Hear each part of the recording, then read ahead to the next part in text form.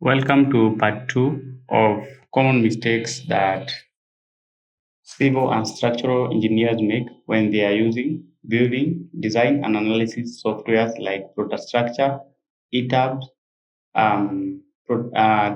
Staadpro. In my last video, or part 1, we discussed uh, one of the most common mistake, which is loading beams and columns with wall or masonry wall load. And this is when your walls or rocks are load bearing. So in that part of the video, I stressed that you should not load your beams with wall loads if the walls are load bearing. This causes what we call over design. Some people came and say that I'm misleading. So I will start by insisting why I'm not misleading, and that this is something that I can prove. So let's say, for example, look for a work from another engineer here in Kenya who has been in the field for many years, and I can prove through his work that that is how they do it. So, for example, I showed you this work from Engineer Gidua. This is a calculation from Engineer Gidua. You can see I have these calculations which was done manually, and you can see the crushing strength of rocks from Bahati Barrow pit is 7 kilonewtons per meter square. Hence, the wall be considered to be load bearing. So let's go to the beams. How or which load you considered for beam design. So you can see for beam design, beam loads shall be from slabs and live load. So there is no load from masonry wall. Okay, so it's only load from slab, that is slab load, the slab self weight, and the imposed load on slab. So of course there is no live load on beams. The live load are only on slabs. So the load is just from the frame structure. That is the self weight of the beams, the self weight of slab, and the live load and other extra dead load from slab. So there is no wall load from this wall, which is considered as like it's like a total different part of the structure, because this wall is transferring its load straight to the strip foundation, and that is was the main point, unfortunately, for part 1 of this video. So part 2, we are going to talk about other common mistakes that civil engineers do make, which lead to serious issues in the field. Well, the other issue is you want to generate your drawings using these softwares. After you have done your design, you want to generate your drawings from maybe the drawings directly from Etabs or Protastructure, and you want to submit those drawings exactly as they are, which should not be the case. For example, let me go to Prota details. Normally, engineers, you do the drawings manually because you do it as you want the foreman and the people in the construction site. You want them to do exactly the detail as you have detailed. So you don't want to detail to do your detailing in a manner that will lead to extra cost, because there can be many off cuts. You should consider, you want to minimize off cuts, you want to maximize and minimize the cost, because if there are so many off cuts, it will result to expensive, and maybe it was not budgeted in the BOQ. So every single material that is bought on site should be utilized. So if you detail your drawing in such a manner, for example, in the slab detailing, that there will be so many offcuts, and it means that the owner of the project will have to purchase so many rebars, and most of it will go to waste. So you don't generate drawings directly from these softwares and use them as they are. You have to do the detailing yourself. Let's start, for example, let me go, for example, to this detail. Okay, let me draw separate files. I can come. Let me. I want to use the slab as an example. So let me add the design strip for my slab. So I will go to the plan view.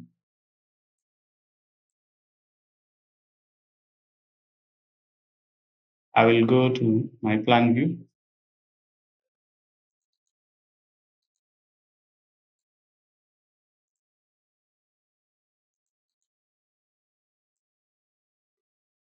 I will go for first floor, and let's say I model these design strips, slab strips, so that we can design the slab.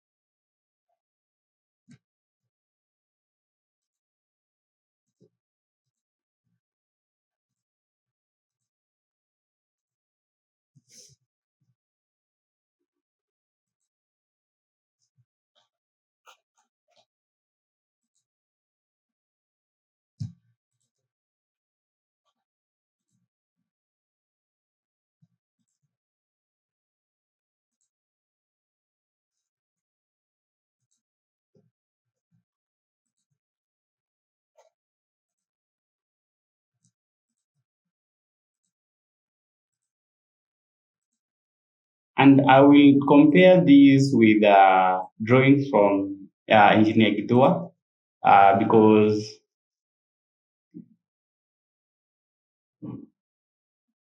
I want to use this as an example. So maybe let me go to this concrete design, slab design and analysis, check, delete, and select all slab, all story, and then design. So it is designing because I have modeled my design strips. Okay,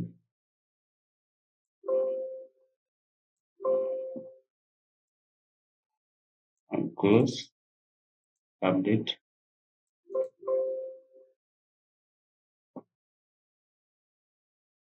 Okay, now we have designed the slabs, so we can generate these the drawings from slab.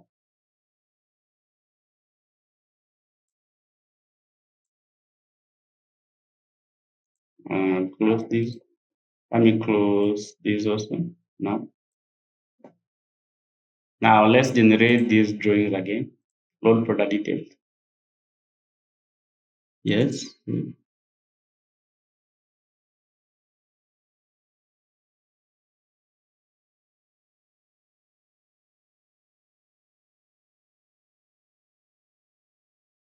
So if you check this drawing, for example, focusing mainly on the slab, there's no software that will generate this drawing like this, because as you can see, this engineer is very specific. This one is a full rebar going up to here. I'm not sure my this one is to scale. Let me check. Okay, that is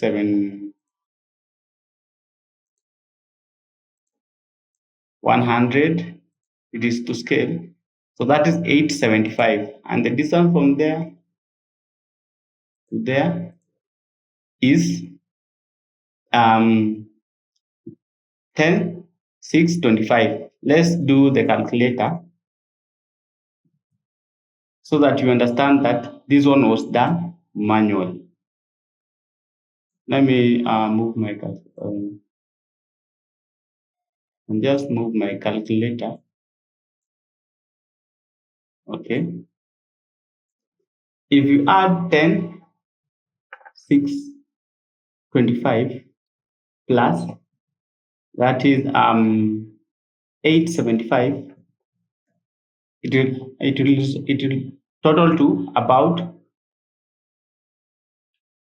so this one a full length rebar is usually 12 meters or 1200 millimeters. So this one is considered as a full length rebar. So this one there will be no offcut because a full lever has been used to detail from this point, then from this point to this point.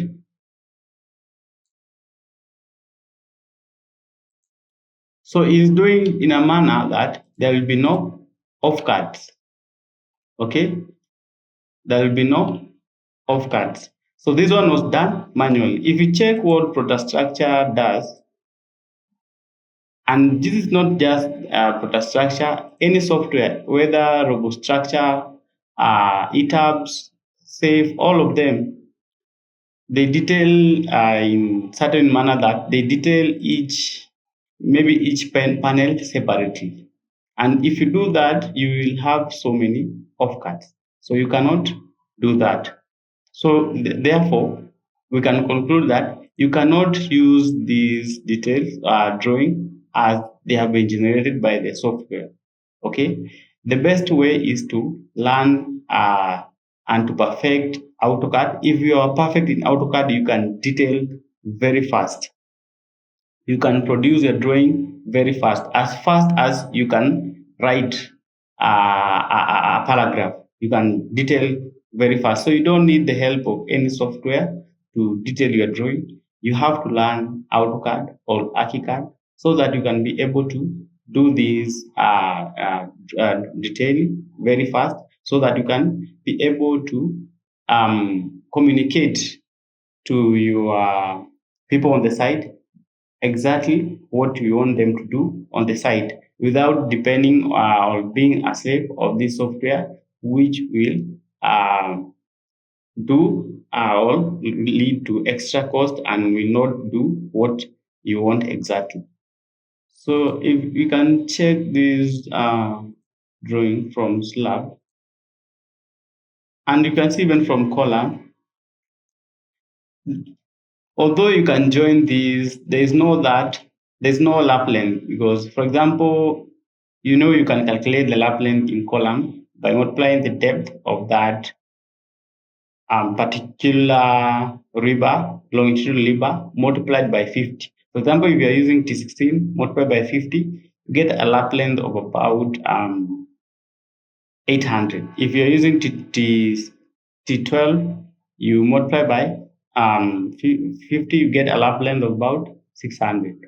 So you can be able to demonstrate this if you do this manually. You don't need to depend on these softwares to detail or produce your drawings. So you can check this out. You can see this. Each panel is done separately.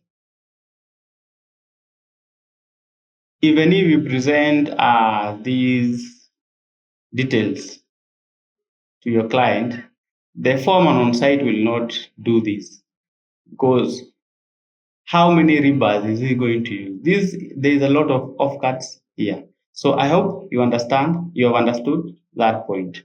So the next point is the number 3 common mistake that most engineers make is you are using a software, a buggy software, you are not even aware. This will cost you. It will cost you your time.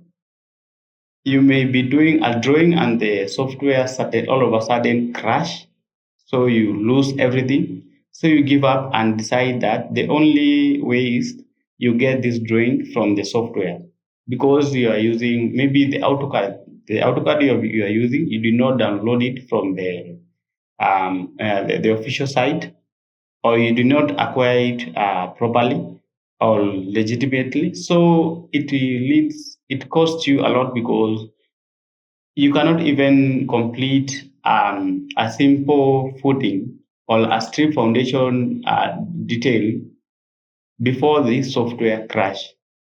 And then you have to start afresh again, which it will crash again. So you have to go saving and saving. And you can see this maybe it's a bug AutoCAD or a buggy ArchiCAD. It is costing you a lot. And for young engineers, you can give up and say this work is hard. And the only issue that you're having is that you don't have the correct software.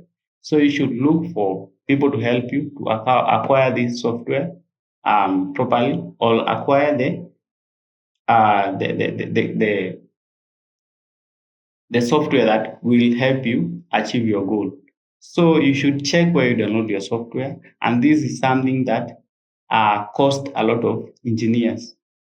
So you are complaining, and you are the one who did not acquire the software properly. So those are the main mistakes that I've learned that can lead to serious issue, and some people may end up moving on to other career and say that engineering is uh, totally unmanageable because you are not following very simple things which may um, affect everything in a very significant way. So these are the main mistakes.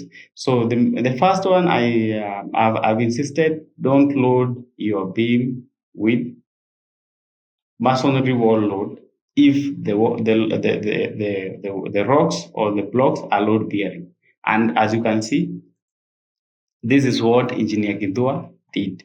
He did not load his beam, and he has stated very clearly the beam load shall only be from the slabs, the live load, and the self weight of the beam.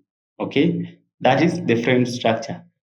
Number two, learn to do this detailing manually. Don't depend on the softwares to do detailing for you or to generate the drawings for you. You are the one who is supposed to communicate. Engineers communicate through drawing, and if you are still in school, you have not finished, you find that you have a whole class of drawing, because that is the only way you will communicate, and the software will not communicate what you want to communicate. Okay, so you have to know how to use AutoCAD. You have to know how to use ArchiCAD. It's like how can you do an exam if you can't write? Even if you know everything, you'll not be able to communicate. And the only way that engineers communicate is through drawings. So you have to be good in AutoCAD. You have to be either perfect in AutoCAD or ArchiCAD, and you can do it, the drawing, in a very short period. You have finished detailing because very fast you can do it if you are perfect in either AutoCAD or ArchiCAD. The other thing, you have to know which software you are using. You have to know where you acquire your software. So you will waste your time using a buggy software, which will be crashing, will be leading to time waste, will be leading to many other problems. You cannot draw properly, you cannot draw something, you cannot hatch because the software is hanging, crashing. So that is number three. You have to know to acquire, struggle to acquire the proper software. Okay, and the rest, it will come automatically. So thanks guys for watching this video. If you like this video, please do consider to subscribe to my YouTube channel. I decided that I need to do part 2 of this video because some people complain that I'm misleading others. No, I'm not misleading. My channel purpose is to help you work smart instead of working hard. So thanks. I will see you in my other video.